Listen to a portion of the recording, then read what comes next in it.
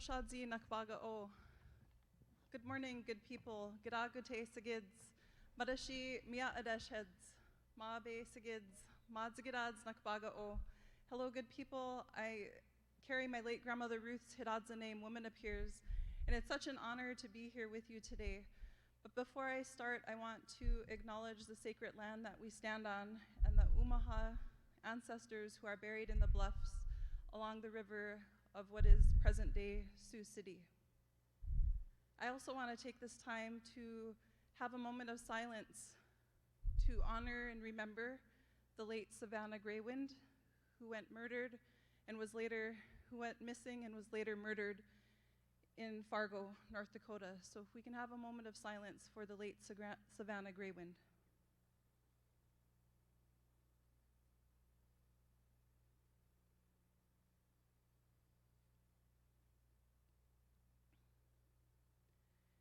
Thank you. Savannah went missing 2 years ago today. And so we work continuously for justice, for all people that we find justice. So I'm honored here today to represent the Mandan, Hidadza, and Arikara Nation, and I'm a descendant of the Chiricahua Apache, and I'm proud to represent in District 27 in North Dakota. And so I have the great honor this morning to introduce to you Marianne Williamson. Her campaign for presidency is dedicated to searching for higher wisdom. Her campaign's purpose is to create a new political possibility in America, where citizens awaken, our hearts and minds are uplifted, and democracy once more becomes a thing about which we can all feel proud. I'm honored to represent the MHA Nation in District 27 in North Dakota, and I'm also super proud to introduce the presidential candidate, Marianne Williamson. She has challenged the narrative in American politics and has reminded us to be good to one another, to be good relatives. So without further ado, I would like to introduce Marianne Williamson. Thank you. Madzigidads.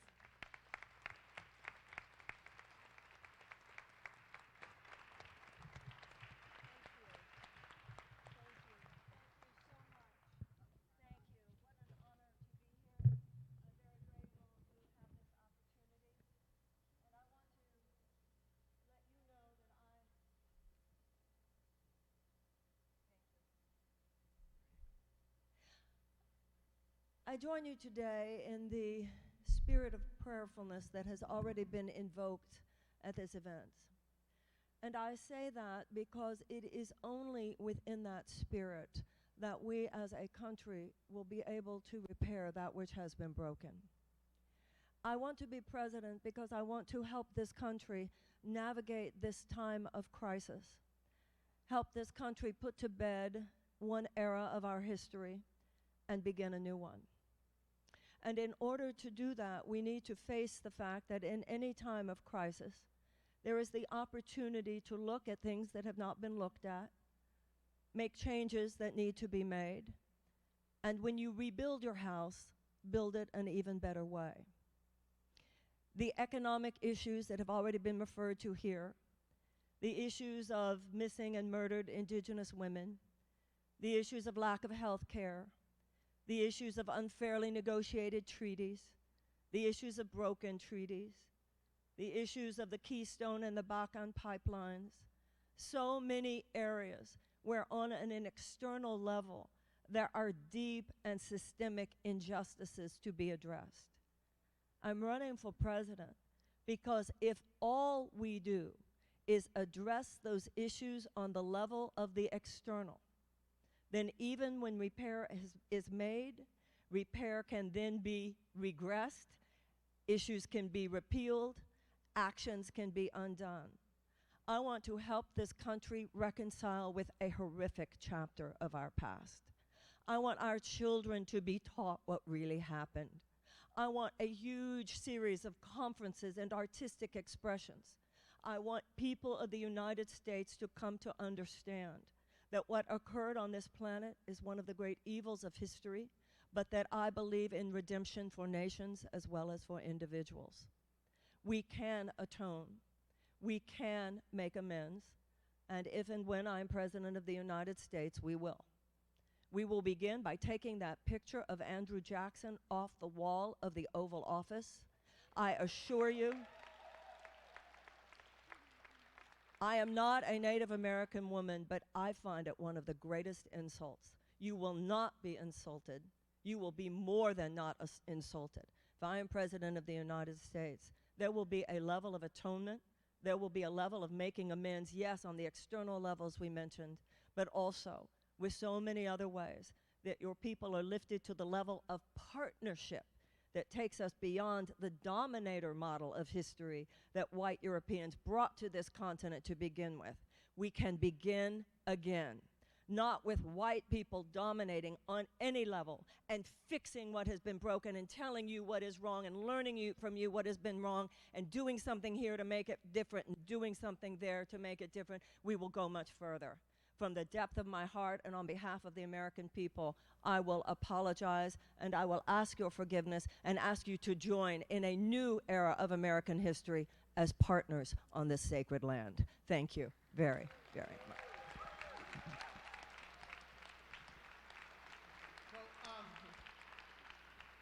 I'll introduce the panelists as we ask the questions, and we're actually going to start with a panelist who's down here. Marcella LeBeau will ask the first question. Please.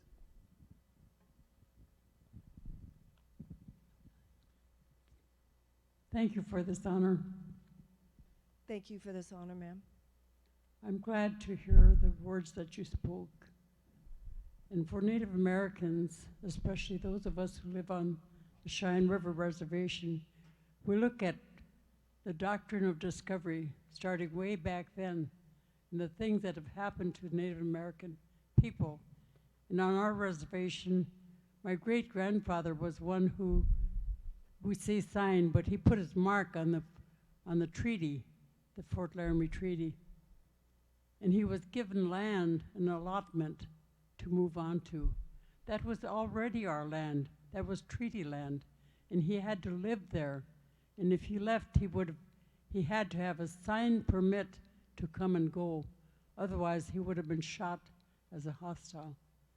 And then he had to stand in line for rations for his people, instead of the role that he played as provider, hunting the buffalo, providing for food and clothing for his people.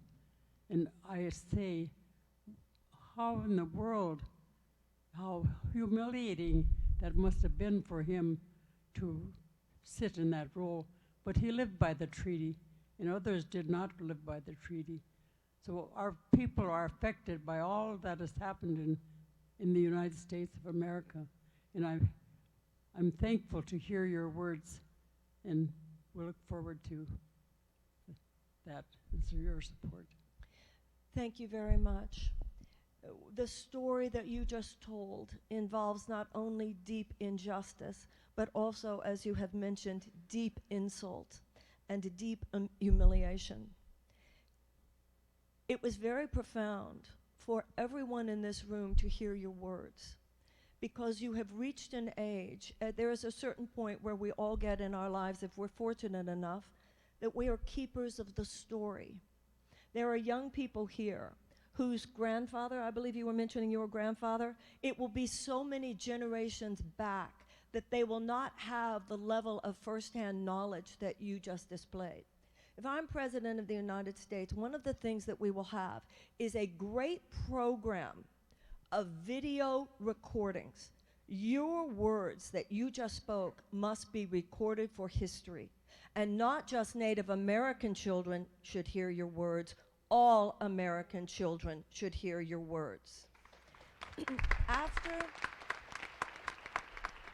part of the reconciliation of the nation of Germany with the Jews after the Holocaust, which in many ways should be a template of our national repair with both Black Americans and Native Americans, has to do with two pieces. Not only economic reparations, but also a promise that in perpetuity, the children of the country would learn the true story of what occurred. And if I'm President of the United States, that will occur.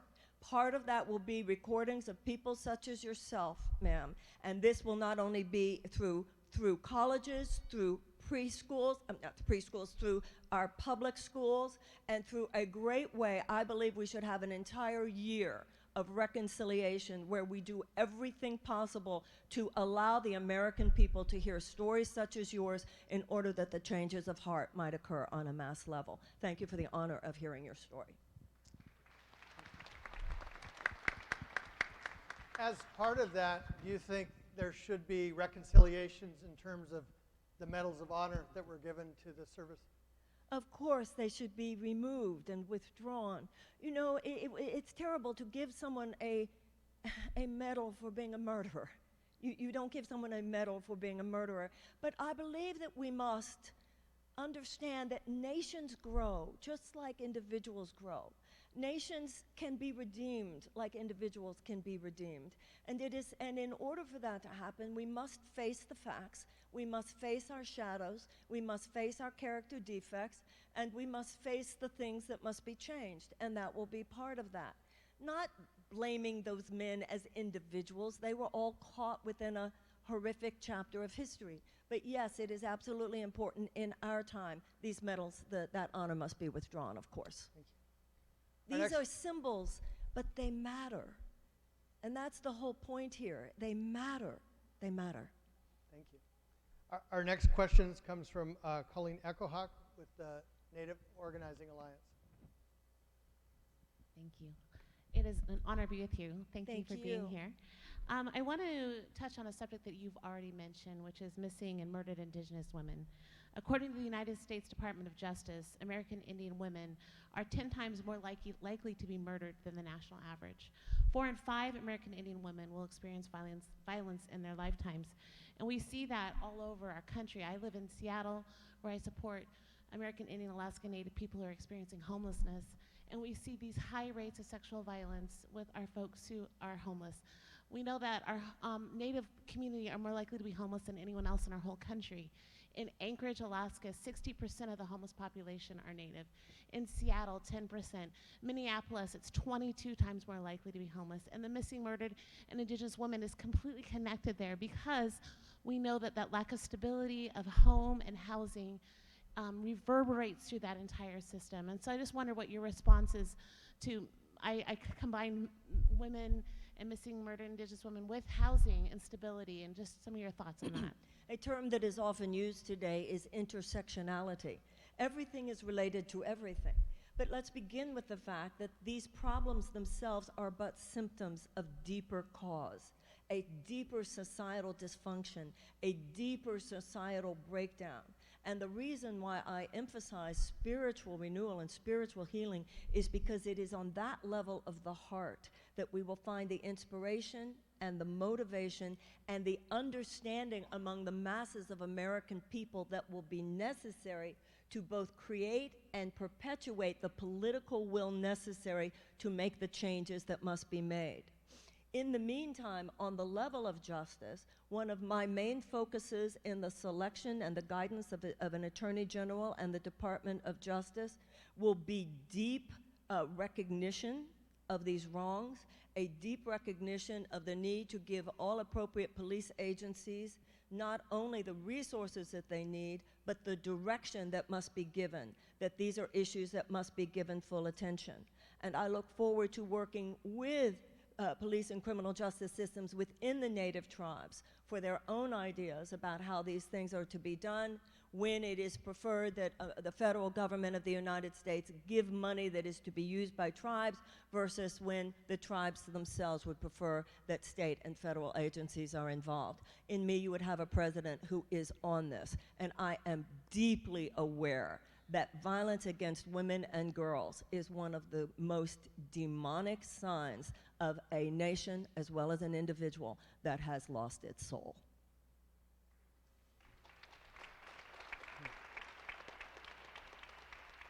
Our next question comes from Marlon White Eagle from the Ho-Chunk Nation. Yes, my question is regarding health care, in particular mental health. The suicide rate for Native men and women has gone up exponentially in the last 20 years. Right now, Native youth are a third of suicide deaths, and let me see, what's the other one? 25% of natives suffer from PTSD, and Indian Health Service has provides health care, mental health care, but it's inadequate. And what would you do as in your administration? How would you address mental health care for natives and the suicide rate that's rising at an alarming rate? Whether it is for Native Americans or for anyone else, we have a crisis of mental health care, and obviously many more resources should be given to providing mental health care. But we must go deeper and understand, what have we done that so many people don't even want to be here? We have to address that. We have to address the insanity of our entire social order. And when it comes to Native Americans, as we know, there's the genocide, then there's the cultural annihilation, then there is the geographical displacement, and because of so many of these issues, there is a spiritual displacement. There's a spiritual displacement of all Americans, but particularly one can understand how devastating that spiritual displacement would be to a people who for thousands and thousands and thousands of years found their sanity and their abundance within the space of deep place and deep connection to land and tribe. The devastation, and now what has happened is that when the white European settlers came to this country, what they needed was what they then destroyed. So the aspects of soul, the aspects of place, the aspects of connection to land, the aspects of connection to tribe, the aspects of connection to higher power and God, that which the Native Americans carried, which could have been such a great gift, that which was destroyed, now the white European culture, because the white European culture as it unfolded on this continent did not have those things. Now the white European culture is in many ways falling apart and discombobulating without those things. That's why it's so much more than just saying to Native Americans in some paternalistic way, well, we did you wrong, let us fix it. It is deeper than that. Now that we have atoned, now that we have made amends, will you please help us so that not only we are allowing these issues and powers to be resurrected among your people, but hopefully you will help us so that these powers can be resurrected among our own, because there are so many children, not only in your community, but around this country, who simply cannot find a place for their souls to breathe here.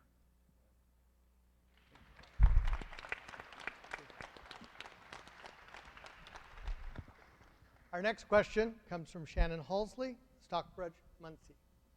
Good morning and thank you. Marianne, you sort of expounded on it earlier. You talked about everything being interconnected. Yes. You talked about as it relates to jurisdiction, about adjudication. You talked about the protections of missing and murdered Indigenous people. You talked about homelessness, and you also talked about behavioral health.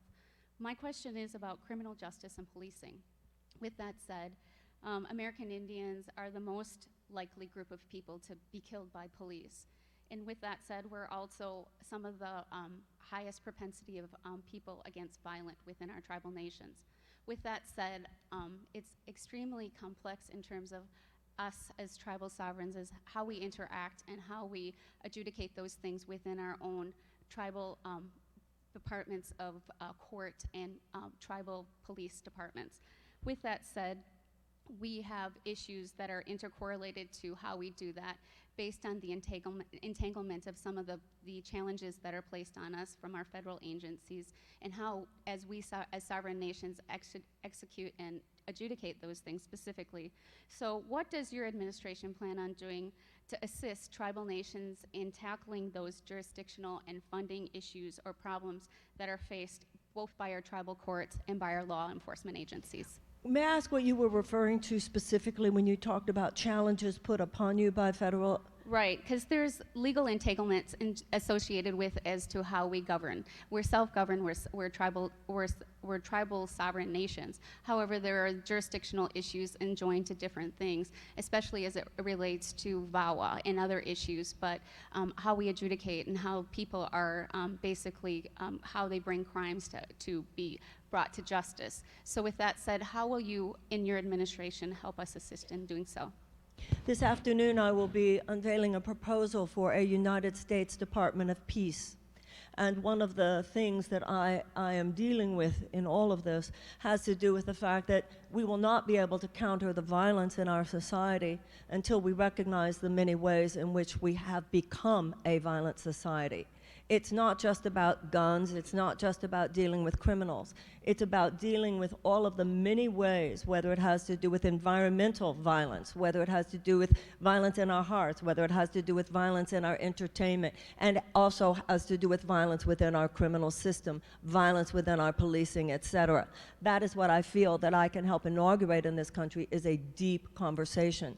And once again, this is an area where it's not even about respecting the native traditions. It is about including the native traditions. This is not just about our respecting the way you would do things within your communities. It is about learning deeply what you do in your communities that we should be doing throughout the United States. That's why so much of the work that I want for the United States Department of Peace has to do with conflict resolution, has to do with restorative justice, has to do with what are in some cases ancient modes of healing and repair. Otherwise, what I see far too often, even among the most well-intentioned progressive voices when it comes to all of these issues, is it is still a white European mode of repair. I wish to see a mode of repair that has a deep level of actual respect, where I would be asking you, I would be asking your elders, I would be asking the members of your community, how is this best done for your people, and not only making the space within our own criminal justice system for the level of partnership that is necessary and respect, but also, as I said, learning from you in order that those things might be included in such things as the Department of Peace to bless our entire country.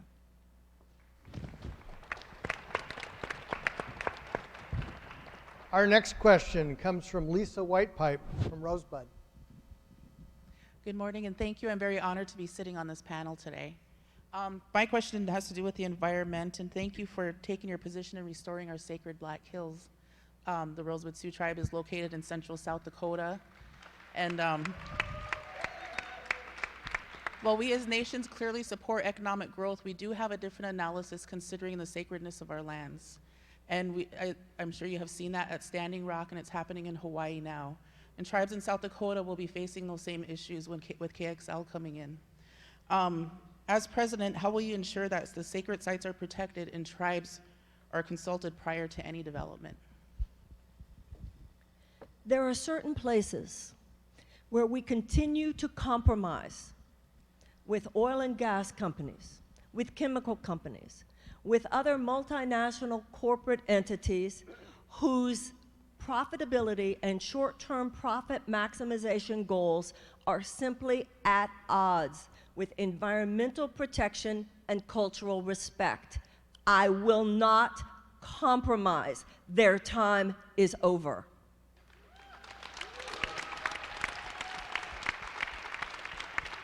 We all want for everyone in America to have an opportunity to create wealth, etc., but not at the expense of the values we hold most dear.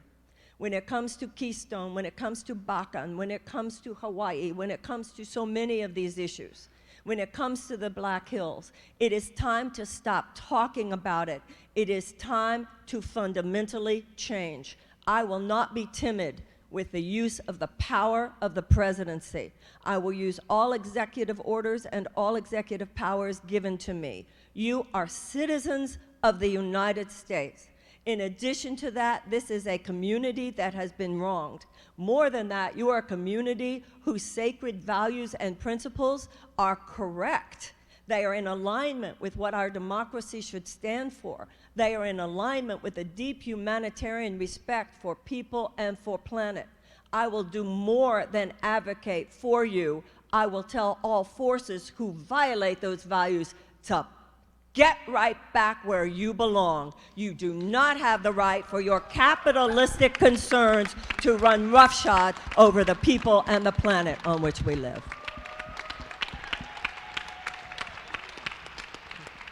Because the girls are here.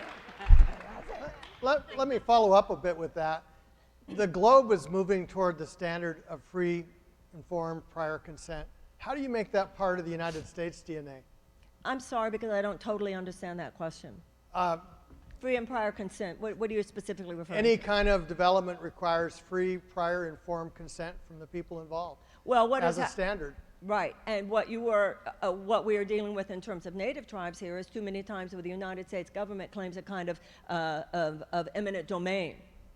That is wrong. It will stop when I'm president. Thank you.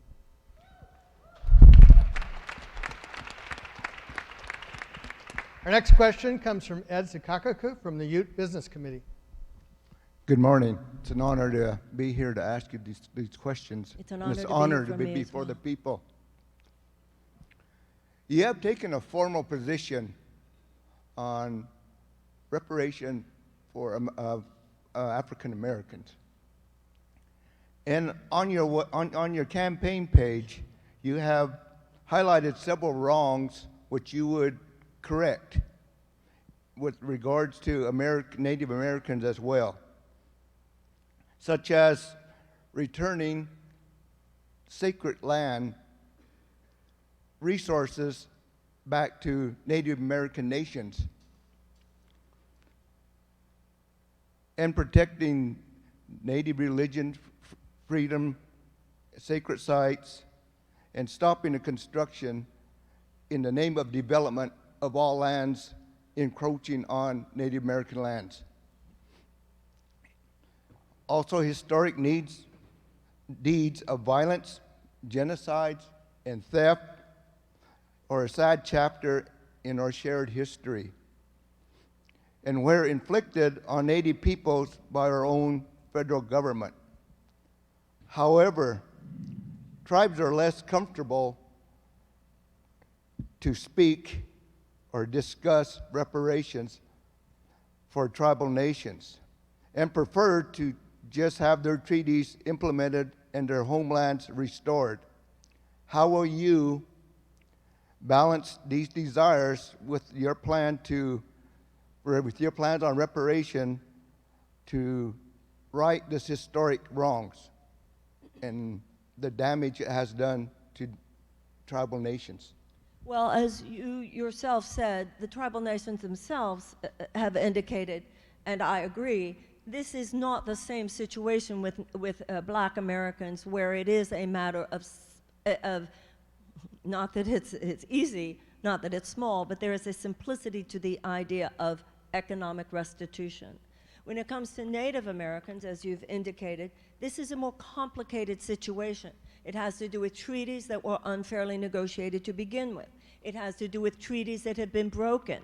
It has had to do with the federal government doing more to protect and advocate for corporate interests who would exploit the land in the interests of the Native Americans rather than advocating for the Native Americans. It has to do with lack of economic opportunity. It has had to do with the ravages of displacement, not only geographically but also culturally.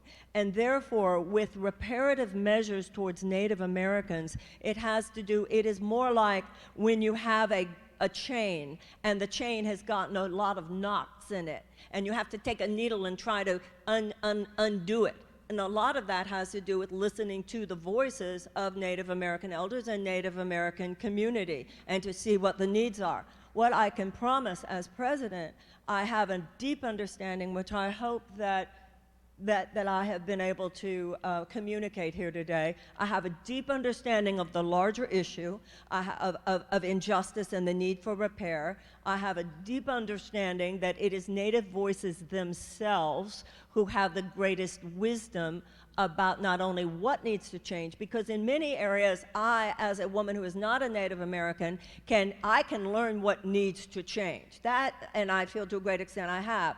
But how the change would best be accomplished within your community in order to best be in keeping with the long-range plans that you want for how you teach your children, how you carry out your systems of justice, et cetera, I will learn from you, and it will be an honor to do so. Thank you. Our next question comes from Cedar Fernandez from the Native Organizers Alliance. So I was wondering, how will you maintain efforts and consistent support by funding our K-12 public schools that primarily serve Native students, as well as our food distribution and healthcare? And what will these frameworks look like? It would be so wonderful if everything was great for everyone else and we just had this one area, Native American communities, where we needed to address a few things. The problem is so much deeper than that. We have millions of American children. Native American children are among millions of American children who live with chronic trauma. We have millions of American children, including within the Native American communities, who are chronically traumatized before preschool. We have 13 million American children who are food insecure, and that exists also within your community. So what I see in terms of the trauma of Native American children is the furthest continuum of a problem that we have within America. That is why, as president, I propose a United States Department of Children and Youth. I want a massive realignment of our investment in the direction of children 10 years old and younger. I want every school in the United States, I don't care what the neighborhood is, to be a palace of learning and culture and the arts. As I indicated to this woman earlier, I want a far more expansive part of the curriculum of every American child to be deep education about the history of the United States regarding Native Americans. And I promise you, if I'm President of the United States, the very idea that we base the majority of our funding for our schools on property taxes, this is a passive form of oppression. To withhold education from any child in the richest country in the world is a passive form of oppression. The idea that a child grows up in a financially advantaged neighborhood and therefore has a very good probability of a very fine public school education, but that if a child does not grow up in a financially advantaged neighborhood, has a decreased chance of that, is absolutely unacceptable. We have millions of American children, including within the communities where Native Americans live, where children do not even have the adequate school supplies in their classrooms with which to teach a child to read. And if a child cannot learn to read by the age of 8, the chances of high school graduation are drastically decreased, and the chances of incarceration are drastically increased. This must end, and when I'm president, it will. So to add on to that, I just want to say that, I chose these 3 things because if we don't have the basics like food distribution and healthcare, mental, physical health, the physical health also affects mental, of course. So and we don't have the adequate teaching or resources. It all links together, and if one doesn't work, then it just kind of breaks apart. That is exactly the point. They are all linked together. Mm-hmm. That is that whole concept of the intersectionality. It is that, you see, ladies and gentlemen, I believe that most politicians have been told by political operatives, don't sound negative. Don't talk about how bad things really are. Be more positive. We will not get to the positive until we face the level of corruption that is existing here. We must. That is why the real, when you go to the doctor in order for the doctor to heal you, the doctor has to be honest with you if the test results come back and they're not good. And Native Americans of all people, what, I'm going to pretend to you it's not as bad as it is? I want you to know that in me you'll have a president who's very clear that it's as bad as it is. And very clear that it's not just bad for your community, it is increasingly bad for many, many communities. We need to face it. We need to face it with a level of open-heartedness, compassion for our country. Compassion, we must have compassion for ourselves. We must have compassion for our country as we move through this. But we must recognize that we are passing on to our children the burden of this injustice, the burden of this dysfunction. There is, in many, many respects, in terms of how this economy of our country operates, it is almost as though there is a war on the poor. And for communities among whom there are populations of poverty, this must be addressed with the deepest level of understanding and commitment. And so I'm not someone coming in here and saying, oh, we're going to fix it here, we're going to fix it there, and we're going to have this act over here, and we're going to have this act over there. From the moment I enter into the Oval Office, you will know every single day, I so much more than have your back. I have your children in my heart and in my mind, and in that pen that I'm using to make every executive order and every legislative proposal that is necessary so that America can begin anew.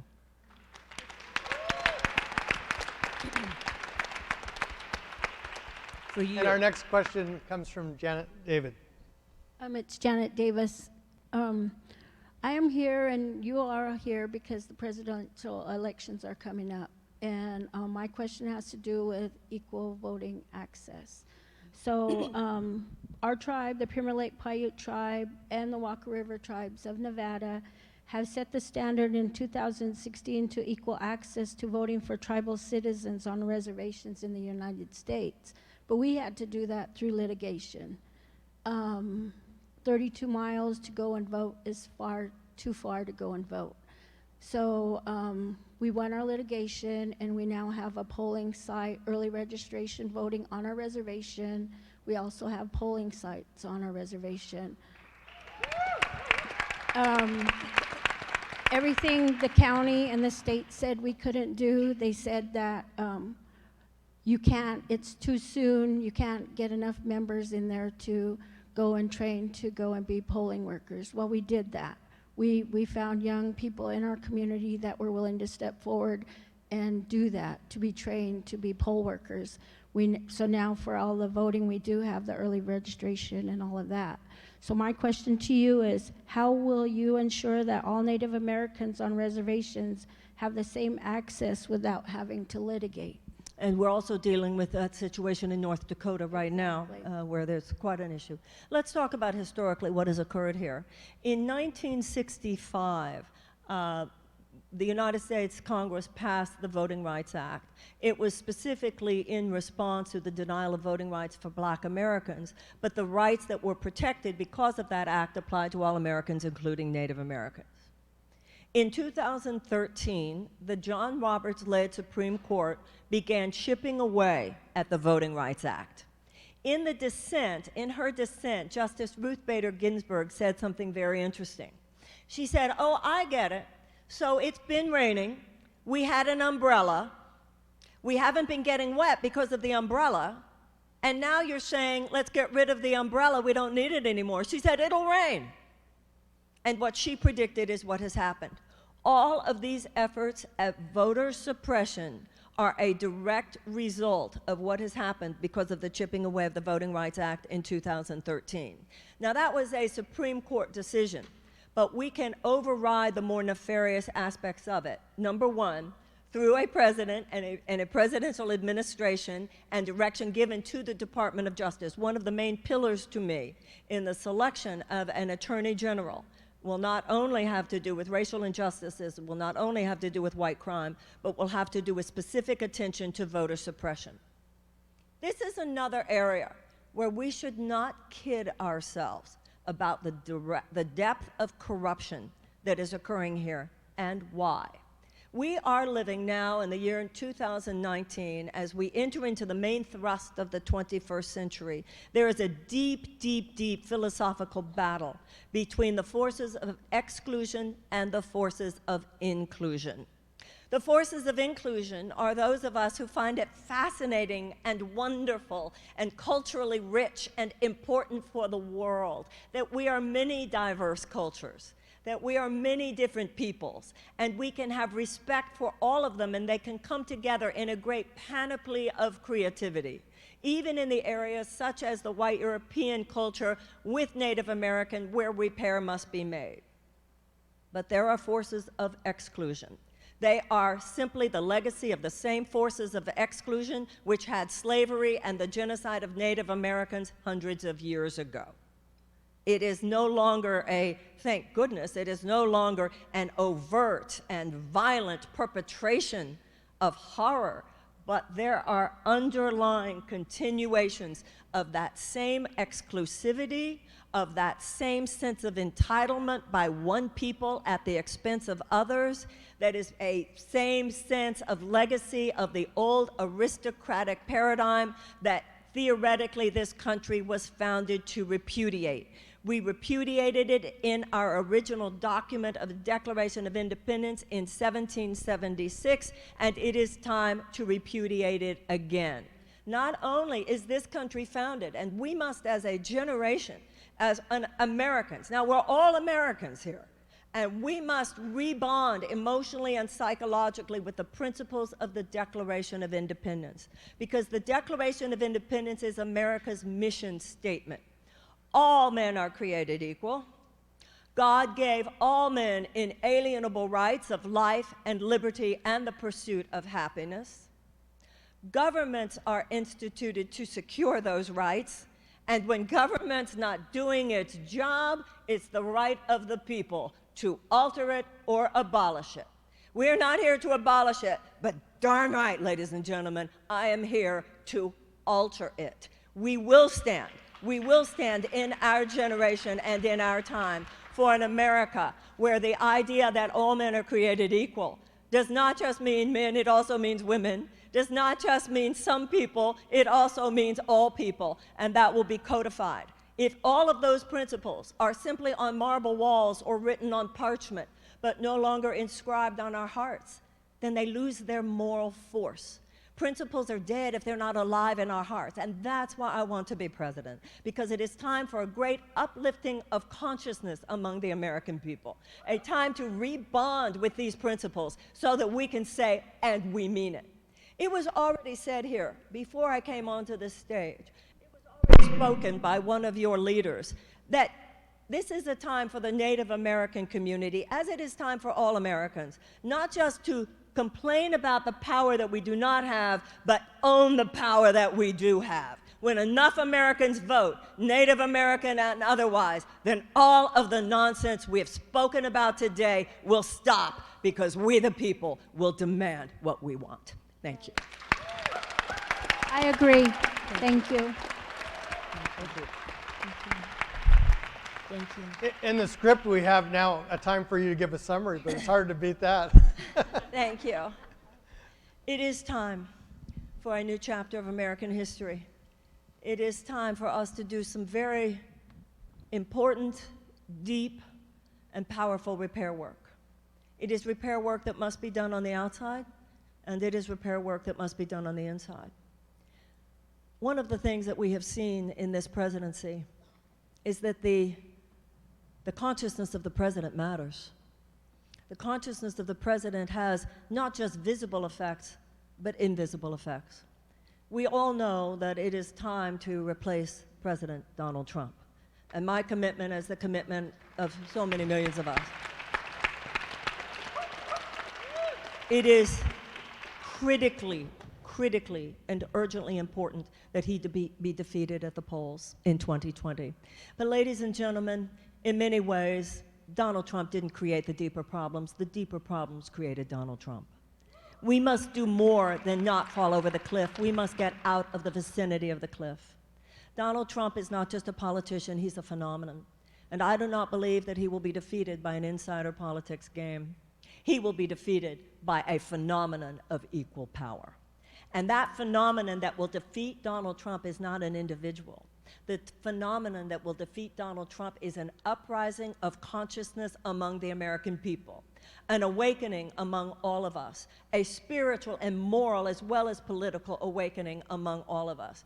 It will inspire us not only to say no to what needs to be said no to, but to say yes to what we know can be. When you speak, as you speak within your tribe so eloquently about honoring your ancestors, about hoping for a better time, absolutely it's time for a better time, and we ourselves must now invoke it. I hope that you will join with me in order that we not only end certain systemic injustices that must be said no to, but in order that we might harness the powers within ourselves to rise up, not just in hope, but in conviction, not just in hope, but in certitude, not just in hope, but in absolute knowledge. Our time has come. We will express it with our voices, we will teach it to our children, we will display it at the voting box, and on the day of our death, we will know we, in our time, did our part. Thank you very, very much. Thank you. Thank you, sir. Thank you.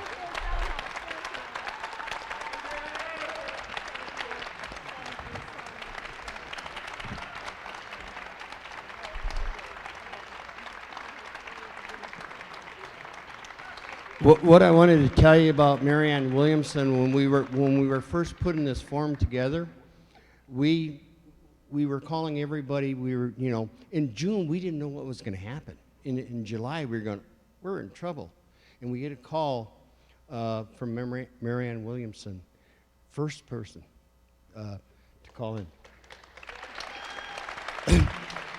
And I always go by numbers. First candidate, and one thing that happened that I really found amazing, they apologized for not calling sooner, so thank you.